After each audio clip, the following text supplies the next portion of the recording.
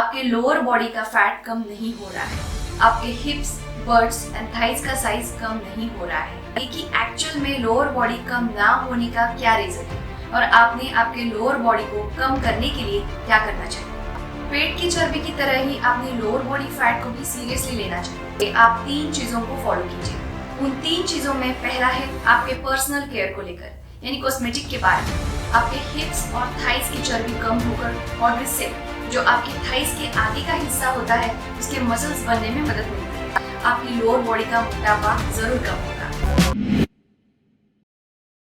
नमस्ते दोस्तों, मैं हूं Gauri and welcome to fit style. क्या आप 16/8 इंटरमिटेंट फास्टिंग डाइट या doctor Jagannath Dixit effortless weight loss diet बहुत अच्छी तरह से फॉलो कर रहे हैं, लेकिन फिर भी आपके लोअर बॉडी का फैट कम नहीं हो रहा है, आपके हिप्स, बट्स एंड थाइज का साइज कम नहीं हो रहा है? दोस्तों, ये प्रॉब्लम बस आपका नहीं तो बहुत सारे लोगों का है। तो आज के वीडियो में मैं आपको बताऊंगी कि एक्चुअल में लोअर बॉडी कम ना होने का क्या रीजन है और आपने आपके लोअर बॉडी को कम करने के लिए क्या करना चाहिए। दोस्तों, जैसे मैंने मेरे पहले वीडियोस में भी बताया है कि फास्टिंग डाइट, फिर वो 16/8 इंटरमिटेंट फास्टिंग डाइट हो या 2 मील्स वाला doctor Jagannath Dixit effortless weight loss diet plan हो, ये जब आप फॉलो करते हो तब आपके शरीर में से इंसुलिन की मात्रा कम हो जाती है और आप मेनली इंसुलिन हार्मोन को कंट्रोल करते हो। इंसुलिन आपके शरीर का फैट स्टोरेज हार्मोन है, जिसकी वजह से ज्यादा करके आपका बेली फैट बढ़ जाता है। इंसुलिन को आप बेली फैट हार्मोन भी कह सकते हो। दोस्तों, ये मत सोचिए कि लोअर बॉडी फैट का प्रॉब्लम बस महिलाओं में ही होता है। आजकल पुरुषों में भी लोअर बॉडी फैट का प्रॉब्लम दिख रहा है।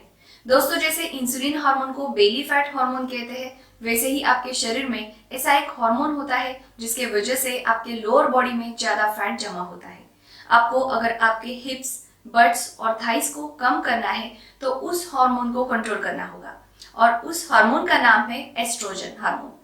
वैसे देखें तो एस्ट्रोजन हार्मोन ये एक फीमेल हार्मोन है, लेकिन कुछ पुरुषों में भी टेस्टोस्टेरोन हार्मोन कम होकर एस्ट्रोजन लेवल बढ़ जाता है। उस टाइम पर उनकी लोअर बॉडी मोटी होती है और उनकी चेस्ट का फैट भी बढ़ जाता है। पेट की चर्बी की तरह ही आपने लोअर बॉडी फैट को भी सीरियसली लेना चाहिए। लोअर बॉडी फैट से आपको बहुत सारे हेल्थ रिलेटेड प्रॉब्लम्स का सामना करना पड़ सकता है। अगर हेल्थ रिलेटेड प्रॉब्लम्स की बात करूं तो इन महिलाओं में पीएमएस प्रॉब्लम, इनफर्टिलिटी प्रॉब्लम, फिर fibroids, breast cyst, ovary cyst, menstrual cycle यानी पीरियड से related problems like heavy blood flow और इरेगुलर पीरियड्स आते हैं।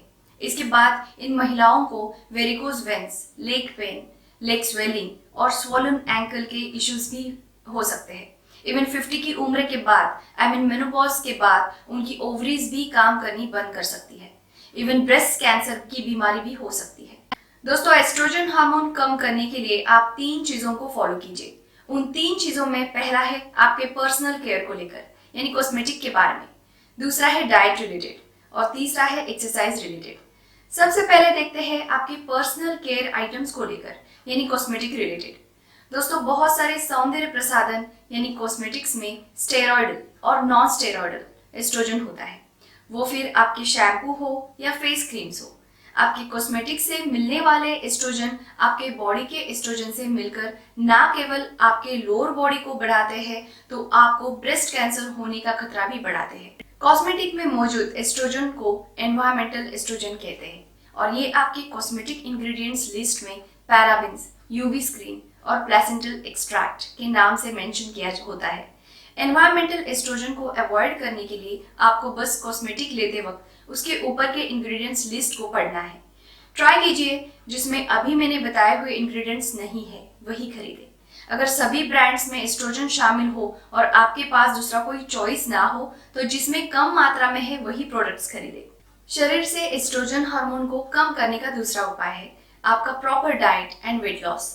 वेट लॉस के लिए आप high protein and high fat diet कीजिए। यहाँ हाई फैट यानी फ्राइड और ऑयली फूड आइटम्स नहीं, तो आप लोगों ने ज्यादा dairy items, avocado, nuts and seeds जैसी चीजें खानी चाहिए।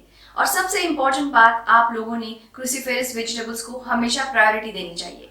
जैसे कि आपने खाने में कैबेज यानी पत्ता गोभी, कॉलीफ्लावर यानी फूल गोभी और ब्रोकोली जैसी सब्जियां होनी चाहिए। फ्लैक्सीड का सेवन भी आपने करना चाहिए। इसके साथ आप सोया प्रोडक्ट्स को पूरी तरह से अवॉइड कीजिए, फिर वो सोया मिल्क हो या सोया सॉस हो। बाकी आप आपके fasting diet I mean 16/8 intermittent fasting या डॉक्टर जगन्नाथ दीक्षित डाइट को कंटिन्यू करें। अब सबसे महत्वपूर्ण तीसरी चीज यानी एक्सरसाइज की बात करते हैं। आपको लोअर बॉडी कम करने के लिए सबसे पहले आप स्क्वाट्स कीजिए। दोस्तों, स्क्वाट्स में आपके हिप्स और थाइस की चर्बी कम होकर क्वाड्रिसेप जो आपके थाइस के आगे का हिस्सा होता है उसके मसल्स बनने में मदद मिलती है। इसके साथ आप लंजेस भी कीजिए। स्क्वाट्स की तरह लंजेस भी आपके हिप्स और थाइस एरिया पर काम करते हैं। क्वाड्रिसेप के साथ आपके हैमस्ट्रिंग के मसल्स बनने में इससे मदद मिलती है। इसके लिए आपको एक पैर को आगे करके दूसरे को घुटने में बेंड करना है। फ्रंट लेग का घुटना आपके पंजों से आगे नहीं जाना चाहिए। आप हर रोज इन 2 एक्सरसाइज की 12 काउंट्स के 2 से 3 सेट्स कीजिए। इसके साथ ऑलरेडी मैंने मेरे चैनल पर लोअर बॉडी रिड्यूस करने के लिए कुछ एक्सरसाइज के वीडियोस दिए हैं, चाहिए तो वो आप देख लीजिए और उनको भी फॉलो कीजिए। इन एक्सरसाइज के साथ वीक में कम से कम 5 दिन 45 मिनट के लिए 4.5 किलोमीटर वॉक और बताई हुई सभी चीजें करोगे तो आपके शरीर से एस्ट्रोजन हार्मोन कम होकर आपकी लोअर बॉडी का मोटापा जरूर कम होगा।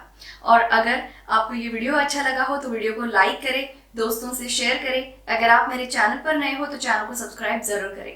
Thanks for watching. Stay fit and stay healthy.